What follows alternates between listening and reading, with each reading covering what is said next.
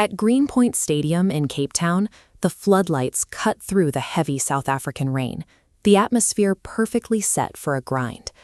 Despite a packed house roaring them on, Portugal walked onto the pitch with a creative hole in their starting 11. Their midfield maestro, Dekhiye, was missing, taking a huge chunk of their playmaking ability with him to the bench. That absence placed an immense burden on their captain, Cristiano Ronaldo. He was already carrying his own baggage, a mysterious 2-year drought without a single competitive international goal.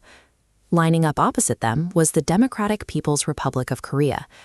They arrived at the 2010 tournament as an enigma. Their qualification only merited a sparse 3-line story back home, but they were motivated to prove they belonged on the world stage. Without their usual offensive engine, Portugal prepared for a scrap. Everything pointed toward a grueling struggle to secure points, rather than an easy group stage win. For the first quarter of the match, the Korean side dictated the tempo. While other teams struggled with the erratic flight of the Jabulani match ball, these players used it with total confidence. They immediately tested the Portuguese defense, launching true, long-range strikes that whistled past the keeper's posts and forced Eduardo into a watchful stance. A specific historical ghost hung over this early pressure. The last time these two nations met at a World Cup was in 1966, an encounter where the North Koreans stunned Portugal by sweeping to a 3-0 lead inside 25 minutes. Watching the Korean squad carve out space, the fears of the Portuguese supporters felt legitimate. The underdogs were playing like a threat capable of triggering a historic upset. Right when the anxiety peaked, Portugal found a sliver of space. A perfectly weighted pass sliced through the midfield straight to Raul Meireles, who drove a clean finish into the net to make it 1-0. That single strike acted like a release valve. The tension evaporated, replaced by a sudden flow of fluid. Synchronized football. This tactical map shows how they dismantled the defense. Portugal bypassed the center entirely. Fabio Coentrão makes an advanced run, pulling defenders out of position. The Korean structure collapses tracking these runs, surgically dismantling a defense that had looked rock solid just 20 minutes earlier. By the time Thiago arrived to slot home goal number 4, the Korean resistance was gone.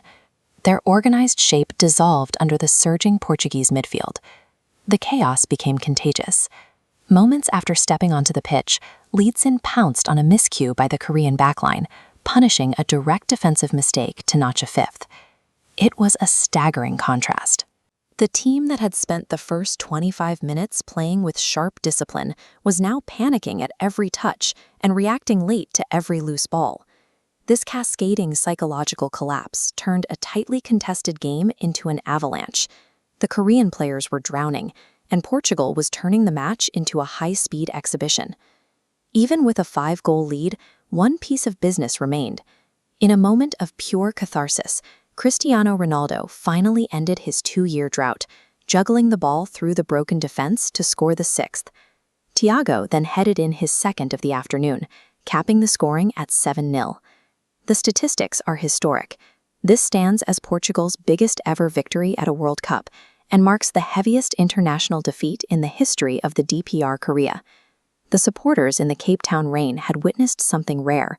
This modern squad had honored the legacy of Eusebio, firmly burying the anxieties of 1966 under a historic scoreline. For 90 minutes in Cape Town, Portugal found a synchronized gear that dismantled a World Cup defense 7 times over.